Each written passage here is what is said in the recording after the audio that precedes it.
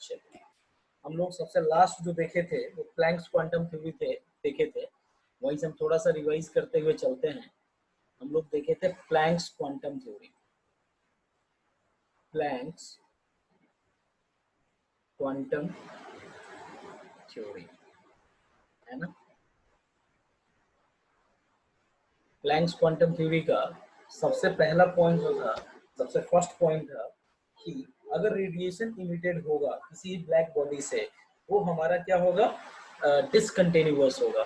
जो रेडिएशन होता है ब्लैक बॉडी से, है ना, रेडिएशन, वो हमारा क्या होता है, डिसकंटिन्यूअस होता है। ये कंसेप्ट का पहला। दूसरा कंसेप्ट हमारा था कि अगर हमारा कोई ब्लैक बॉडी एनर्जी को जो इमिट करेगा या एब्जॉर्ब करेगा, इसमें रेडिएशंस में जो भी इमिट्स और एब्जॉर्ब, ठीक है, आपका एनर्जी होगा, वो हमारा क्या होगा, स्मॉल पैकेट के फॉर्म में होगा, स्मॉल पैकेट्स के फॉर्म में, है ना। और इसी को बंडल भी कहा जाता है, ठीक है, बंडल भी कहा जाएगा। थर्ड चीज कहा था, जो आपका एनर्जी होता है, जो एनर्जी रिलीज होगा, वो डायरेक्टली प्रोपोर्शनल टू होगा फ्रीक्वेंसी के। यहाँ पे हम लोग लिख भी देते हैं, इसी को हम लोग फ्रीक्वेंसी बोलते हैं, ठीक है। और इसी को जो पढ़ा जाता है, इसको न्यू पढ़ा जाता है, न्यू, ठीक है। ये थोड़ा ध्यान रखेंगे। तो ये टर्म था, डायरेक्टली प्रोपोर्शनल था। यहीं से हम इसी से डिराइव करके एक फॉर्मूला लाए थे, E equal to H C by lambda.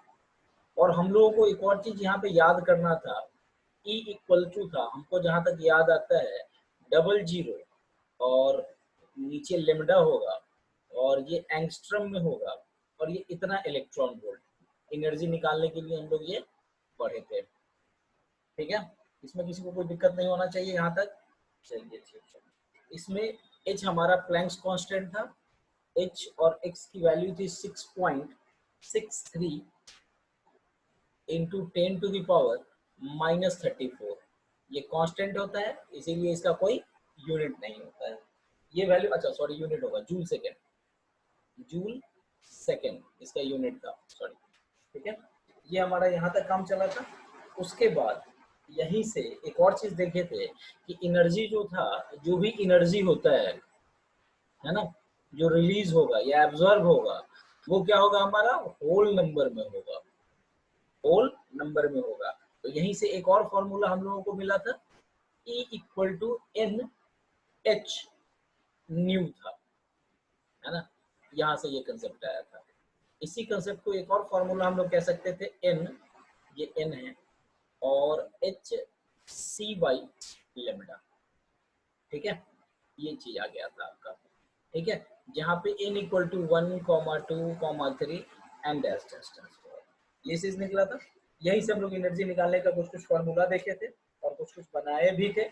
और उसके बाद हम लोग जो है एक सबसे लास्ट टॉपिक जो पढ़े थे इसी में, वो हमारा सबसे लास्ट टॉपिक जो था, अगर सबको याद है, किसी को कोई दिक्कत होगा तो बोलिएगा, body energy and kinetic energy, ठीक है। Bond energy, body energy sorry, bond energy and kinetic energy, kinetic energy, ये हमारा जो है टर्मिनोलॉजी निकला था, ठीक है। ये देखे थे, इसमें हम देखे थे, अगर हम लोग एक काम ले लें कि जो बॉन्ड ब्रेक हो रहा है उसको ईपी लेट किए थे, और बॉन्ड एनर्जी जो है, इसमें बॉन्ड एनर्जी को अगर सपोज करते हैं x किलो जूल पर मोल होगा, और जो बॉन्ड ब्रेक होता है, बॉन्ड ब्रेक होता है, उस जो एनर्जी जितनी चाहिए होगी, उसको हम लोग डिनोट किए थे ईपी से। तो यहीं पे 3 कंडीशन आया था। पहला कंडीशन था, इफ जो ईपी था वो अगर आपका लेस देन, जितनी एनर्जी रिक्वायरमेंट है इसको करने, ब्रेक करने के लिए नहीं जरूरत है, तो यहाँ पर क्या होगा, बॉन्ड विल नॉट ब्रेक, ठीक है, बॉन्ड आपका ब्रेक नहीं होगा। दूसरा कंसेप्ट था, अगर if EP equal to X kilo joule per mole, उस केस में बॉन्ड जो होगा विल ब्रेक कर जाएगा, थर्ड कंडीशन था इफ ईपी ग्रेटर और इक्वल ग्रेटर एक्स होगा x kilo joule per mole, उस केस में बॉन्ड विल ब्रेक भी होगा और प्लस कुछ एनर्जी जो हो जाएगा वो बच जाएगा, मतलब रिमेनिंग एनर्जी मीन्स, ठीक है, ये रिमेनिंग एनर्जी बच जाएगा और यही रिमेनिंग एनर्जी जो होगा वो कन्वर्ट हो जाएगा आपके काइनेटिक एनर्जी। कल हम लोग शायद यहाँ तक पढ़े थे, इस पे भी 2 क्वेश्चंस हैं, हम उस 2 क्वेश्चंस को देखेंगे। अब हम लोग अभी स्टार्ट करते हैं आज पहले क्वेश्चन से, और सब लोग रिप्लाई करिएगा भाई, क्वेश्चन सब आदमी बनाइएगा। सो प्लीज फर्स्ट क्वेश्चन आपका आज का है कि bond energy of substance, bond energy of substance is 384 kilojoule per mole. Calculate wavelength.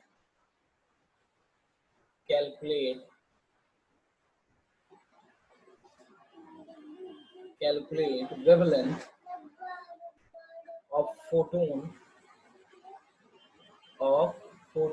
अच्छा, फोटोन हम किसको कहते हैं? जो पार्टिकल नेचर में हमारा जो एनर्जी इमिट और एब्जॉर्ब होता है इन केस ऑफ लाइट में। Photon required to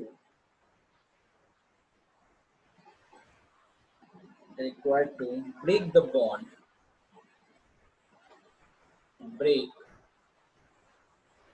bond, of the substance।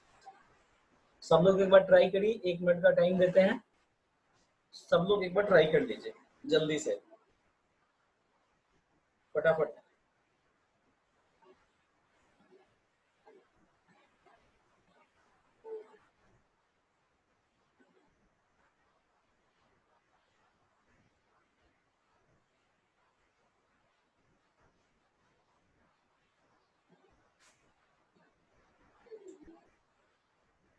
जल्दी से रिप्लाई करिएगा, बनेगा या नहीं बनेगा।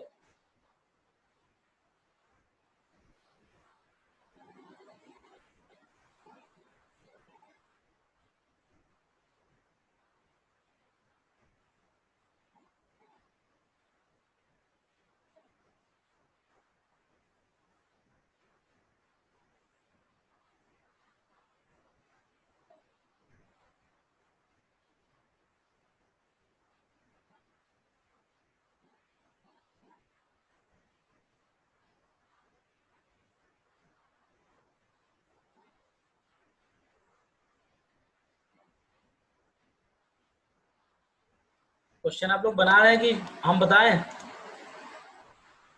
रिप्लाई करिएगा।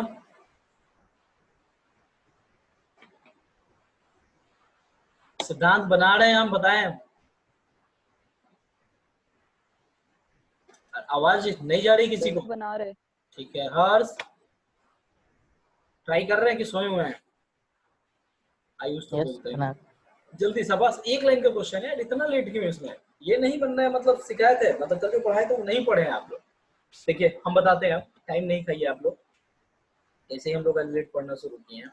चलिए ठीक है, हम लोग का क्या कर सकता है, एनर्जी बराबर फॉर्मूला तो वही रहना है ना जी। एनर्जी इक्वल टू हम लोग फॉर्मूला निकाले थे 1200 divided by lambda into angstrom, यही था ना जी। अब देखिए यही से निकाल लीजिए, 384 kilo joule per mole equals to this divided by lambda into angstrom. तो यहीं से हमारा क्या निकल जाएगा, लेमडा जो भी एंगस्ट्रॉम में होगा 12400 डिवाइडेड बाई, ऐसे ही बना रहे थे कि कुछ और कर रहे थे आप लोग? रिप्लाई कर दीजिए। तो यहीं से लेमडा इक्वल टू आएगा अप्रोक्सीमेटली 3100 एंगस्ट्रॉम। देखिए तो ठीक है क्या कि गलत है? हमको एक बार रिप्लाई करके बता दीजिए।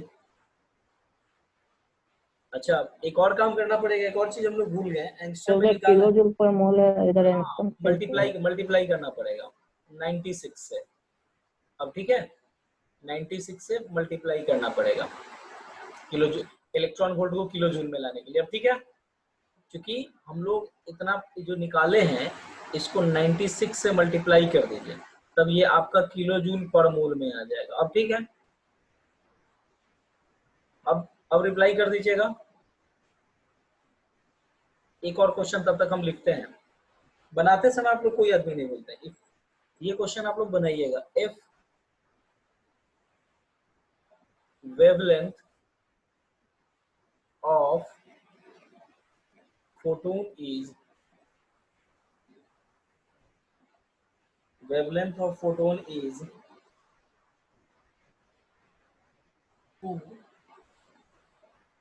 2480 एंगस्ट्रॉम। ठीक है, कैलकुलेशन शुरू कर दीजिए आप लोग। इज यूज्ड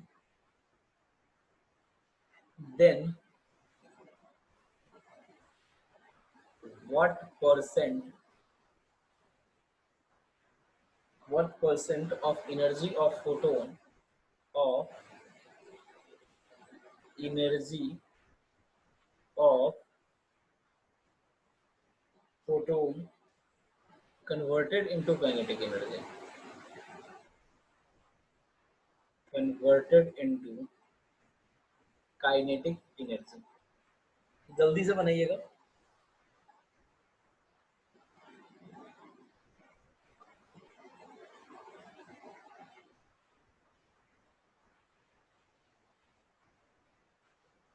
इसमें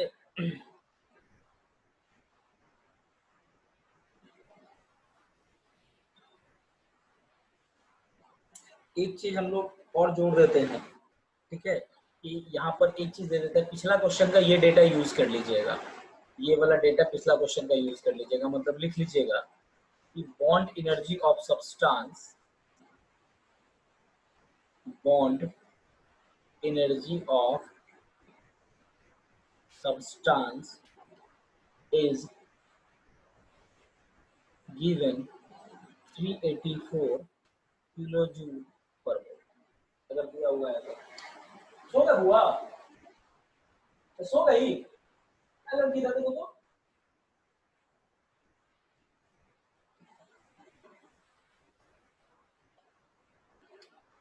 चलिए आप लोग बनाएंगे कि हम आगे बढ़े? रिप्लाई करिए। हम आप लोग को इसका आंसर लिख देते हैं। आप लोग बना के ट्राई करते रहिएगा, क्योंकि आगे भी टॉपिक पे हम लोगों को चलना है। ठीक है, इसका आंसर है 20%। अब हम लोगों का नेक्स्ट टॉपिक जो है वो आपका कहलाता है photo electric effect. Next topic photo electric effect. अब सवाल सबसे पहला आएगा कि फोटो इलेक्ट्रिक इफेक्ट क्या होता है और उसमें क्या क्या चीजें हम लोग बात करते हैं। ठीक है, अब हम लोग एक काम करते हैं। हम लोग यहाँ से एक ट्यूब ले लेते हैं, एक छोटी यहाँ पे इस तरीके से।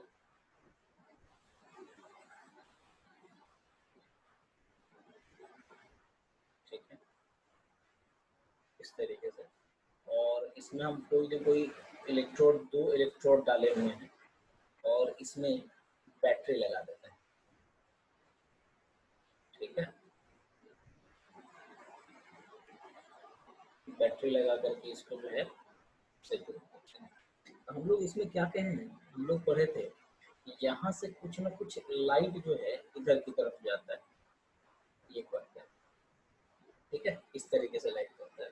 इसी में यहाँ पर फोटो इलेक्ट्रॉन बोलते हैं। फोटोन क्या होता है? ये जो इजेक्शन है, ये जो हमारा यहाँ से इजेक्शन हो रहा है, यही हमारा कहलाएगा फोटोन। ठीक है, और ये पैकेट्स में जाता है। ठीक है, अच्छा, यहाँ पर ये जो इलेक्ट्रॉन जा रहा है ना, इलेक्ट्रॉन ही तो ट्रांसफर होता है। इसी को हम लोग बोलते हैं फोटो इलेक्ट्रॉन। अब क्या क्या होता है हम लोग जिक्र करते हैं एक बार इसको। देखिए, सबसे पहला टर्म आता है कि वैसा सेल जो कि एनर्जी ऑफ फोटोन को कैलकुलेट करने के लिए यूज किया जाता है, हम लोग उसको फोटो सेल बोलते हैं। फोटो इलेक्ट्रिक इफेक्ट में कुछ कुछ टर्मिनोलॉजी है, उसको आप देख लीजिए। आप सबसे पहला फोटो सेल। फोटो सेल का सिंपल सा डेफिनेशन क्या हो जाएगा? द सेल विच ये जो सेल यूज किया जा रहा है ना यहाँ पे, यही हमारा फोटो सेल है। फिगर में भी बताते चल रहा है। Photocell, the cell which operates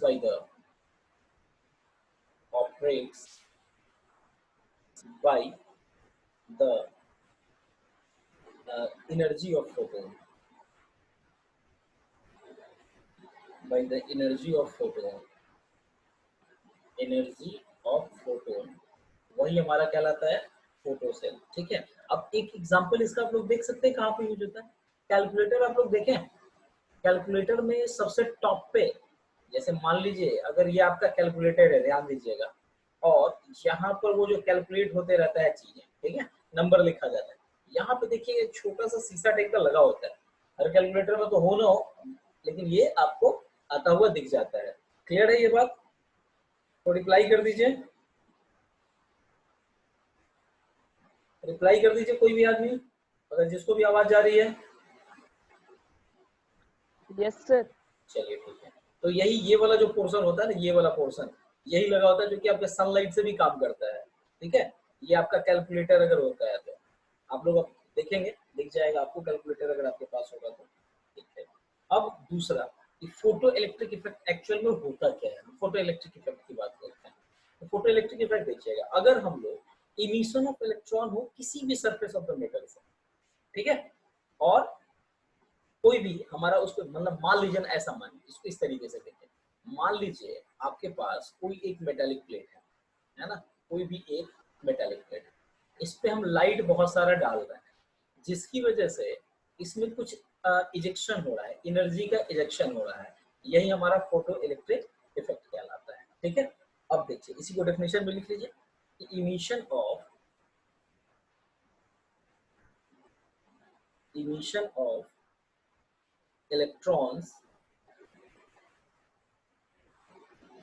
electrons from the surface of the metal, from the surface of the metal, surface of the metals by falling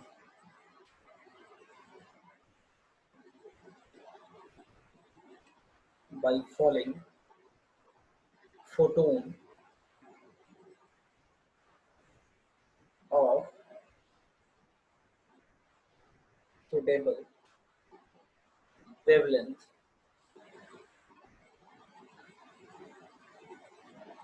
or energy is known as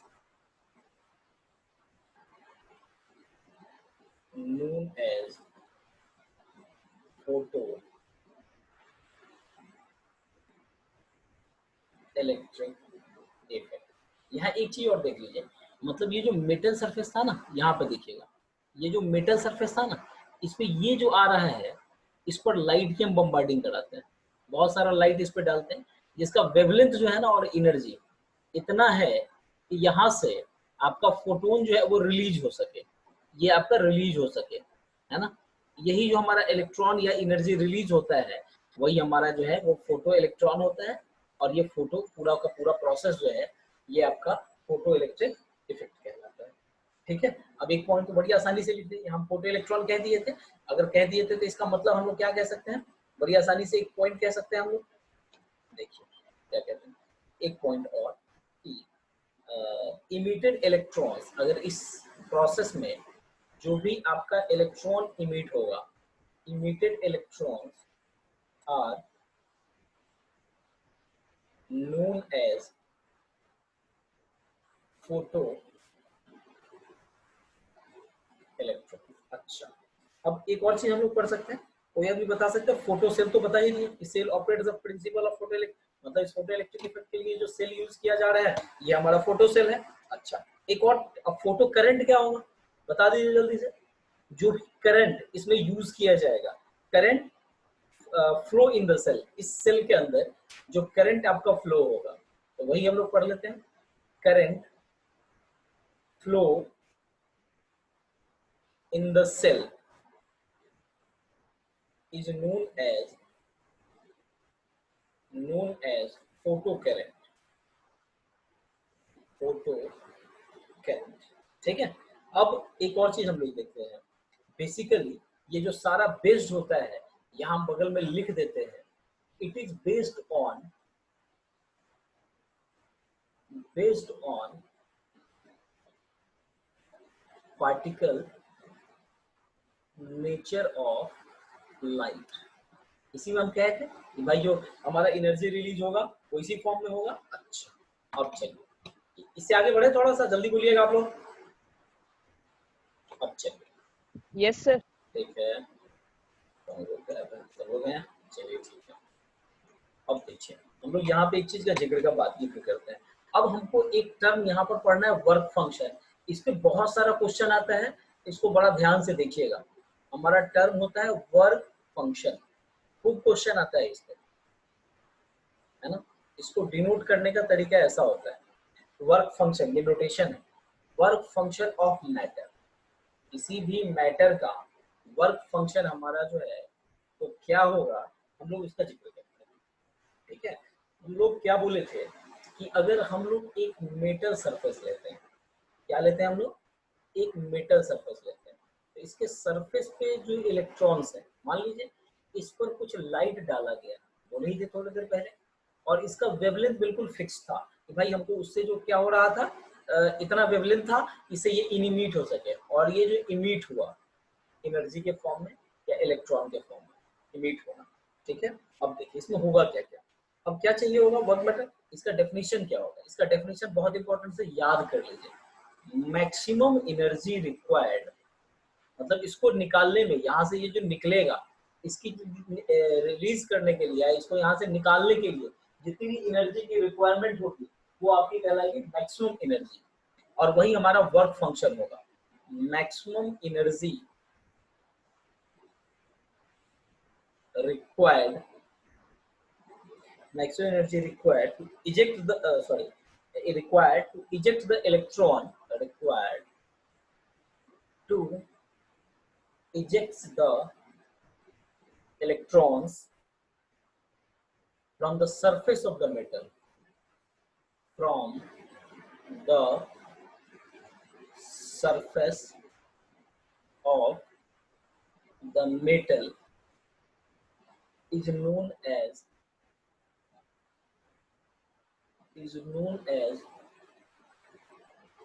work function, work function of matter। अब एक बार आप लोग reply करिएगा, सब आदमी yes और no में clear है या नहीं है ये बातें, रिप्लाई करिएगा। Yes sir. चलिए, अच्छा हम लोग भी थोड़ी देर पहले पढ़े थे, ईपी को किससे डिनोट करते थे, ईपी हमारा क्या था, बॉन्ड एनर्जी। गलत, हाँ वही एनर्जी ऑफ फोटोन, बात सेम चीज रहेगा, बॉन्ड एनर्जी और एनर्जी ऑफ फोटोन। ठीक है, अब इसमें दो कंसेप्ट आता है, ये चीजें याद करने की है। अगर पहला कंसेप्ट होता है इफ एनर्जी ऑफ फोटोन, अगर आपका लेस देन वर्क फंक्शन है, ये वर्क फंक्शन लेस देन है, तो no photon will emit, no photon will emit, कोई फोटोन इमिट नहीं। क्यों, क्योंकि हम जाने कि वर्क फंक्शन जो हमारा है वो मैक्सिमम एनर्जी रिक्वायर्ड चाहिए जिससे हमारा जो है वो इलेक्ट्रॉन इजेक्ट हो जाए। जो ईपी के हमारा एनर्जी ऑफ फोटोन, इतने में एक इलेक्ट्रॉन निकल जाएगा। अब जब इससे ये बड़ा है वर्क फंक्शन, अगर आपका जो है वर्क फंक्शन से एनर्जी ऑफ फोटोन छोटा है तो फोटो इलेक्ट्रॉन विल इमिट ही नहीं होगा। अच्छा, दूसरा, इफ अगर इन केस अगर ये इक्वल टू और ग्रेटर देन है इससे, तो हम कहेंगे फोटोन क्या होगा हमारा, वेल इमिट हो जाएगा। यहाँ पे ये कंसेप्ट क्लियर हुआ, तो बोलिए। और यहीं पे एक सबसे इंपॉर्टेंट पॉइंट आता है, याद रखिएगा, क्वेश्चन भी आज हम दिए हैं उस पर ये काम करेगा आपका। Work function of the metal,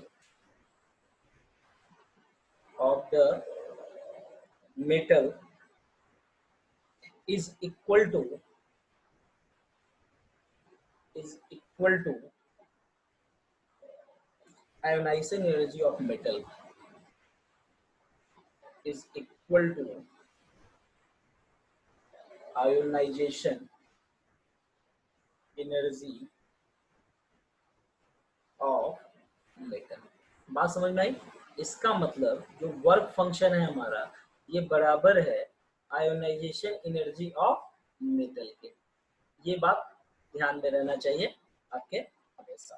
ठीक है, ये क्लियर है। अच्छा, अगर आपका किसी भी मेटल का लो आयोनाइजिंग एनर्जी होगा तो वो फोटो सेल के लिए बेहतर है। तो एक पॉइंट आपको यहाँ से याद होना चाहिए मेटल्स के रेस्पेक्ट में, तो लिख लीजिए इसी को, मेटल्स हैविंग लो आयोनाइजेशन, अरे जितना कम आयोनाइजेशन एनर्जी होगा उतना वर्क फंक्शन अच्छा होगा, आसानी से हमारा रिलीज हो जाएगा। ठीक है, तो low metals having low ionisation energy are suitable suitable या energy are founded to be liquid, are founded to be suitable for photocell, suitable for photocell या फोटो इलेक्ट्रिक इफेक्ट के लिए यूज किया जाएगा। ठीक है, अब एक चीज थोड़ा याद रखिएगा नोट दे करके, इसी चीज के लिए याद होना चाहिए हमारा। ठीक है, ये क्या पॉइंट है, ध्यान देना है कि सबसे ज्यादा जो एनर्जी होता है वो किसका होता है, तो मैक्सिमम या मैक्सिमम सुटेबल, ये पूछता भी है क्वेश्चन में, याद रखिएगा, ध्यान रख लीजिएगा बस। मैक्सिमम सुटेबल मेटल जो यूज होगा आपको किसके लिए, फोटोसेल्स के लिए, वो आपका यूज किया जाता है सीजियम। क्या यूज किया जाता है, सीजियम। ठीक है, बात समझ में आई। स्पेलिंग में देख लीजिएगा, हो सकता है थोड़ा मिस्टेक हो जाए सीजियम को लिखने में। ये क्लियर है सबको, यहाँ तक क्लियर है सबको, जल्दी बोलिए। दो यस छोट सर। दो छोटा छोटा टर्म है, हम अभी उसको खत्म कराते चलेंगे, जल्दी बोलिएगा। चलिए उसका क्वेश्चन पे आएंगे हम लोग, देख लेंगे टाइम मिल जाएगा तो। अब देखिए अगला टर्म जो हम लोगों को पढ़ना है वो थ्रेशोल्ड फ्रीक्वेंसी पढ़ना है। क्या पढ़ना है, थ्रेशोल्ड फ्रीक्वेंसी बोलते हैं इसको, थ्रेशोल्ड फ्रीक्वेंसी। सबको डिनोट कैसे किया जाता है, लिखा कैसे जाता है, वो थोड़ा ध्यान देना। थ्रेशोल्ड फ्रीक्वेंसी को बोला जाता है, फ्रीक्वेंसी ऐसे लिखते थे, इसमें नॉट लगा दीजिए, ये हमारा थ्रेशोल्ड फ्रीक्वेंसी है। तो minimum energy required to eject the electron from the surface of the metal, यही आपका कहलाता है थ्रेशोल्ड एनर्जी।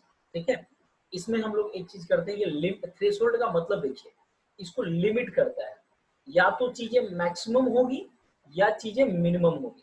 तो थ्रेशोल्ड फ्रीक्वेंसी क्या होगा हमारा, अभी जस्ट बताएं कि minimum energy required, minimum energy required to eject the electrons, ejects the electrons from the surface of the metal, surface of the metal, है ना। तो सबसे कम known as threshold frequency, threshold frequency, ये बात समझ में आई। देखिए वर्क फंक्शन हम पढ़े हैं कि जो मैक्सिमम एनर्जी रिक्वायर्ड होगी एक इलेक्ट्रॉन को इजेक्ट कराने के लिए, और थ्रेशोल्ड एनर्जी जो है आपका, थ्रेशोल्ड फ्रीक्वेंसी जो है वो मिनिमम एनर्जी रिक्वायरमेंट होगा हमारा। ठीक है, अच्छा दूसरा चीज, अब एक और टर्म इसी में आएगा, ये क्वेश्चन भी पूछा जाता है, याद रखिएगा, थ्रेशोल्ड और वेवलेंथ आएगा आपका, थ्रेशोल्ड वेवलेंथ, दिस, और इसको नॉट से डिनोट कर देते हैं हम लोग। ठीक है, थ्रेशोल्ड वेवलेंथ। अब ये हमारा क्या टर्म होगा, थ्रेशोल्ड का मतलब इसमें हो जाएगा मैक्सिमम वेवलेंथ। देखिए हम लोग पढ़े भी हैं कि अगर मिनिमम एनर्जी किसके लिए, फ्रीक्वेंसी के लिए, तो ये दोनों एक दूसरे के इनवर्सली प्रोपोर्शनल होता है, इसीलिए हम लोग लिखेंगे इसको कि मैक्सिमम, मैक्सिमम। अच्छा एक मिस्टेक हो गया मेरे से, यहाँ एनर्जी नहीं फ्रीक्वेंसी की बात कर रहे हैं ना, ये फ्रीक्वेंसी होगा। ठीक है, तो मैक्सिमम वेवलेंथ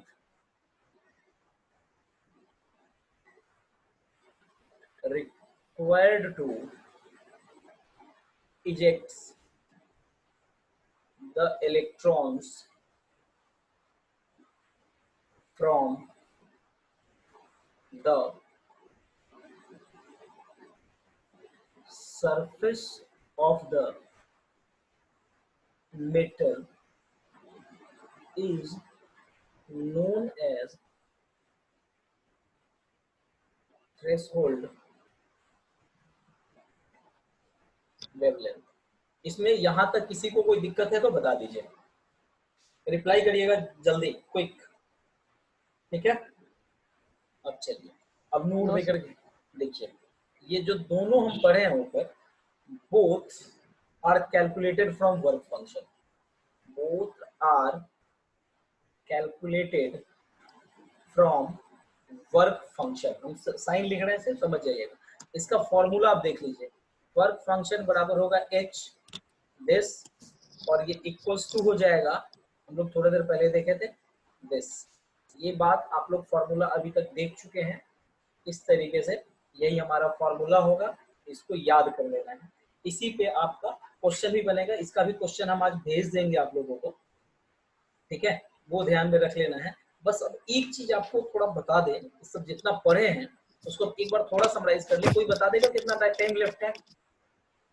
कोई बता देगा टाइम कितना लेफ्ट है? 3 मिनट। देखिए, तो लेमडा जो है, वेवलेंथ जो है, अगर थ्रेशोल्ड से ऐसा है, उस केस में यहाँ पर कुछ ना कुछ पोटेंशियल एनर्जी का कंसेप्ट होगा। ठीक है, पोटेंशियल एनर्जी होगा। इफ जो हमारा वेवलेंथ है ये ग्रेटर देन हो जाएगा थ्रेशोल्ड फ्रीक्वेंसी से, तो लिख लीजिएगा यहाँ पे नो पोटेंशियल एनर्जी होगा आपका। ठीक है, अब देखिए, ये इफ लेस देन है थ्रेशोल्ड फ्रीक्वेंसी से, तब भी जाकर के आपका नो पोटेंशियल एनर्जी होगा। इफ ग्रेटर और इक्वल टू ये फ्रीक्वेंसी है, उस केस में यहाँ पर कुछ ना कुछ पोटेंशियल एनर्जी होगा। ये कंसेप्ट थोड़ा ध्यान में रखिएगा, क्वेश्चन में आपको जो है बड़ा काम देगा। और इतना तो हम लोग पढ़ ही चुके हैं कि E इनवर्सली प्रोपोर्शनल टू इसके होता है, ये याद रखिएगा। Energy of photon is inversely proportional to इसके। क्लियर है ये चीज? बताइए जल्दी से। Yes sir. अब एक छोटा सा टर्म है, हम लोग देख लेते हैं, शायद हम लोग का खत्म हो जाए, काइनेटिक। अब अगला एक आखिरी टॉपिक है इसका, या इसको रहने दीजिए, फिर हम लोग आगे कंटिन्यू करेंगे। अब सब लोग एक बार जो है ये हो जाइए।